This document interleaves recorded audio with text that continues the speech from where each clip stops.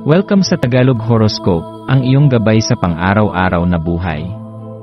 Hatid namin ang pinakadetalyadong horoscope na magsisilbing gabay mo sa pera, trabaho, pag-ibig, kalusugan, at swerte.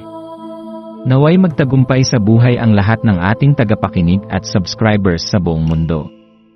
Maraming salamat sa pag-subscribe at tanggapin ang siksik, liglig, at umaapaw na biyayang hatid ng Tagalog Horoscope.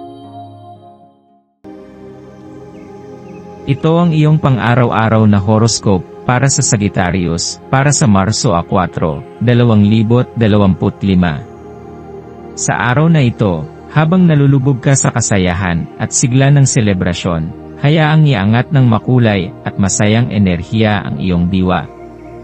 Ang kislap ng kasayahan sa iyong paligid ay sumasalamin sa iyong likas na sigla at pagiging masayahin. Ikaw ay isang taong puno ng buhay, palaging bukas sa bagong karanasan, at natural na nagdadala ng positibong enerhiya saan ka man magpunta. Ang iyong masayahing disposisyon ay tila isang magnet na humihila ng mga tao patungo sa iyo, nagbibigay inspirasyon sa iba na yakapin ang kasayahan ng sandali. Ang iyong ngiti ay may kapangyarihang magpasaya sa iba, at ang iyong tawa ay parang musika na nagpapagaan ng loob ng mga nakapaligid sa iyo. Ito ang araw kung saan ang iyong liwanag ay mas lalong nagniningning, huwag kang matakot na ipamahagi ito sa iba. Habang ginagalugad mo ang araw na ito, subukang pagnilayan ang epekto ng pagkalito sa iyong isipan. Minsan, ang sobrang pag-iisip ay nagiging hadlang sa iyong kakayahang makaramdam ng tunay na kasiyahan. May mga pagkakataong pinipilit mong unawain ang lahat ng nangyayari sa paligid mo, ngunit hindi mo kailangang sagutin ang bawat tanong o lutasin ang bawat palaisipan ngayon. Sa halip, hayaan mong dumaloy ang iyong mga karanasan nang hindi ka masyadong nag-aalala. Ang enerhiya ng araw na ito ay nagtuturo sa iyo na minsan, mas mabuting bitawan ang pangangailangang kontrolin ang lahat at hayaang ang buhay ang magdala sa iyo sa tamang direksyon. Ang buwan na nasa Taurus ay nag-aanyaya sa iyo na maging mas matatag at konektado sa iyong sarili. Sa gitna ng kasayahan at ingay ng mundo, nararapat lamang na maglaan ka ng oras upang hanapin ang iyong sariling sentro. Ang Taurus ay isang palatandaan ng katatagan, kaya gamitin ang enerhiya nito upang mahanap ang balanse sa pagitan ng kasiyahan at introspeksyon. Sa kabila ng mga selebrasyon, ang katahimikan at pagpapahalaga sa maliliit na bagay ay makakatulong sa iyo upang mas lalong mapagtanto ang tunay na halaga ng kasalukuyang sandali. Minsan, sa simpleng pag-upo sa isang tahimik na sulok at pagmamasid sa paligid, maaari mong matuklasan ang mga sagot sa mga tanong na matagal mo nang iniisip. Ngayong araw, bigyan mo rin ng atensyon ang mga senyales ng universo.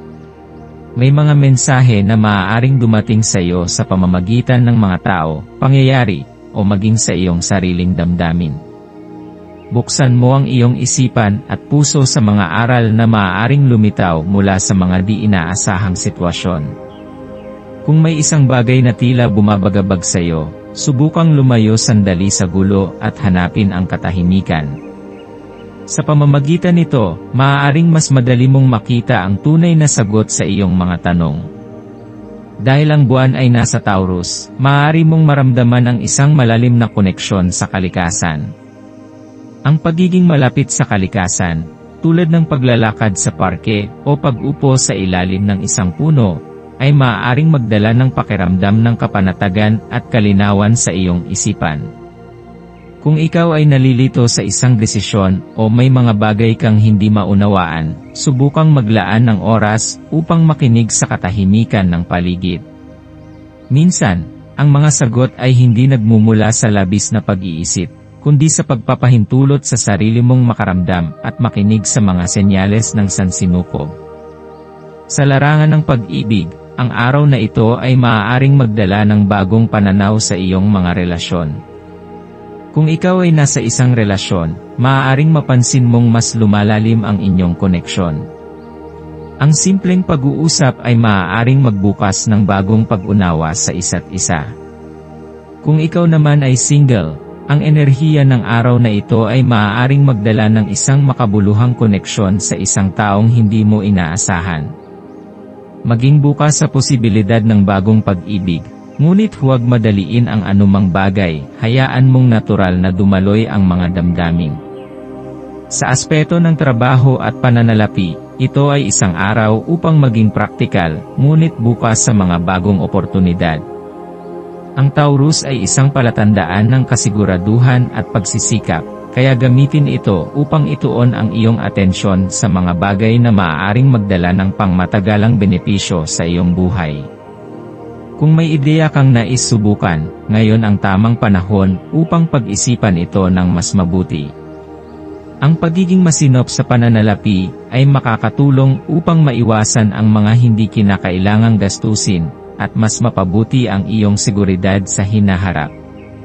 Ang iyong maswerteng kulay para sa araw na ito ay berde at ginto. Ang berde ay sumisimbolo ng balanse, paglago, at kasaganahan, habang ang ginto ay kumakatawan sa tagumpay, kasaganaan. Kung nais mong mapanatili ang positibong enerhiya sa buong araw, subukang magsuot o magdala ng bagay na may ganitong kulay.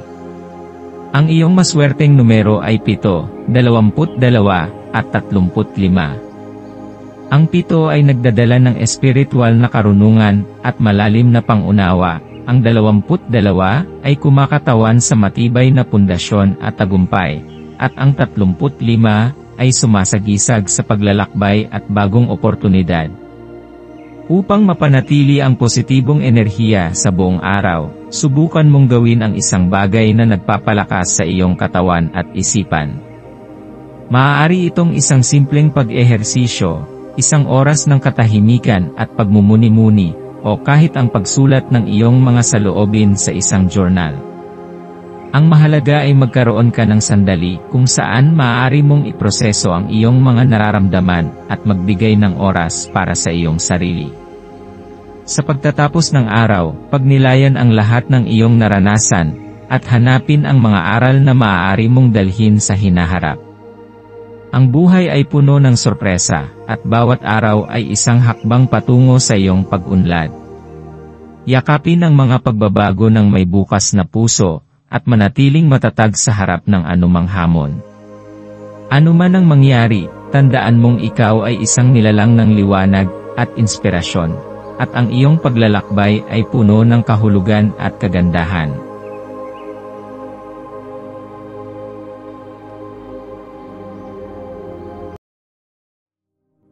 Tayo ay magkaroon ng kaunting sandali upang ipagdasal ang lahat ng mga dalangin ng ating mga subscribers, na sana'y matamo nila ang kanilang mga pinapangarap sa buhay, magandang trabaho, mabuting kalusugan, payapa at masayang pamumuhay, at siksik, liglig, at umaapaw na biyaya at kayamanan.